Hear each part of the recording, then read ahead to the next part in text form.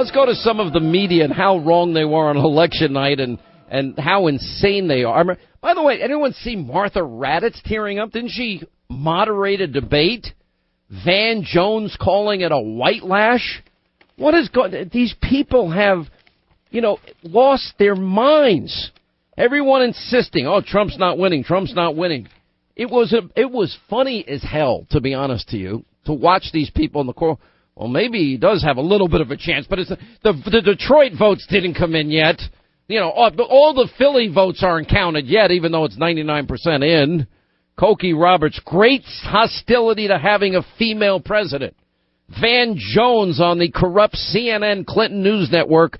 This election was a white lash.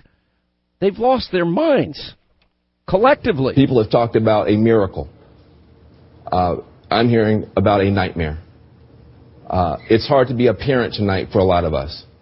You tell your kids, don't be a bully. You tell your kids, don't be a bigot. You tell your kids, do your homework and be prepared. And then you have this outcome, and you have people putting children to bed tonight, and they're afraid of breakfast.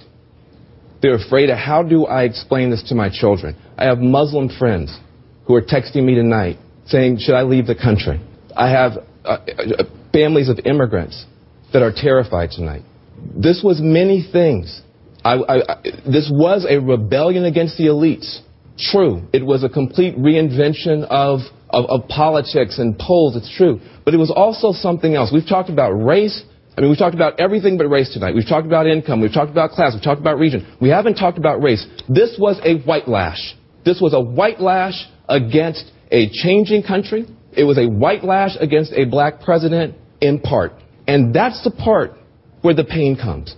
And Donald Trump has a responsibility tonight to come out and reassure people that he is going to be the president of all the people who he insulted and offended and brushed aside. Yeah, when you say you want to take your country back, you got a lot of people who feel that we're not represented well either. Can we just stop for a minute? Listen, did we act like a bunch of crybabies after Obama won twice?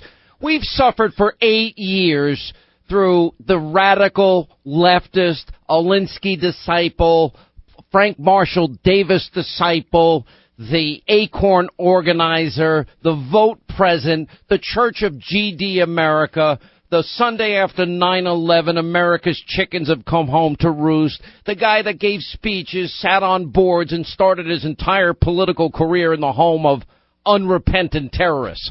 Okay, I lived through that. You'll survive, Donald Trump. Get over yourselves. We should raise, and I'm certainly getting emails about it, which is there probably is a strong sentiment about not having a woman president. And that is something that we've never had a woman president. Oh, my gosh. And we've talked about excitement among women to have a woman president. All right. But there's always in these situations at least equal amounts. Does it really matter what your sex is to be president? No. But that's how crazy the left is. I got to tell you, the most enjoyable part is, listen to this. This is great. Listen to the news media talking all night. They did this for hours on Tuesday night. Landslide. Maybe you should play the song Landslide by Fleetwood Mac or the Dixie Chicks. Anyway, go ahead. A lot of people have no idea that Trump is headed for a historic defeat. That's why I think the larger the defeat, in a sense, the healthier it will be for the Republican Party, at least if it doesn't bring Paul Ryan's speakership down with him and there's a kind of healthy divided government, because it might be a wake-up call to those Republicans who have existed in this little thought bubble of their own that this isn't a winning form of politics.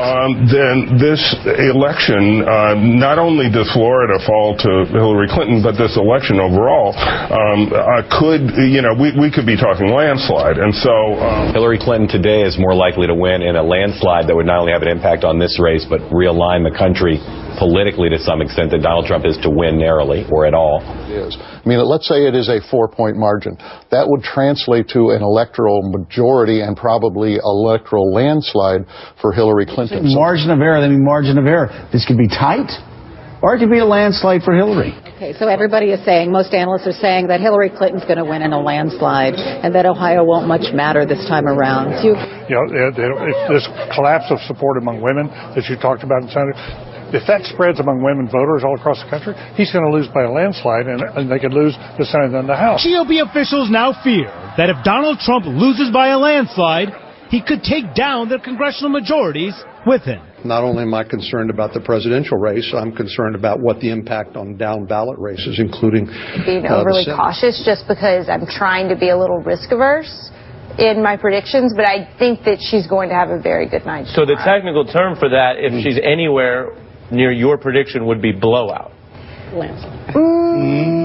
I give a landslide. I don't know. You call that a landslide? I would say a landslide. I would say a landslide. My bad. That's shocking, actually. That's shocking. I think a landslide. We're going to go over the untold story about how just corrupt the news media is. We'll get to your calls here as well today. 800-941-SEAN.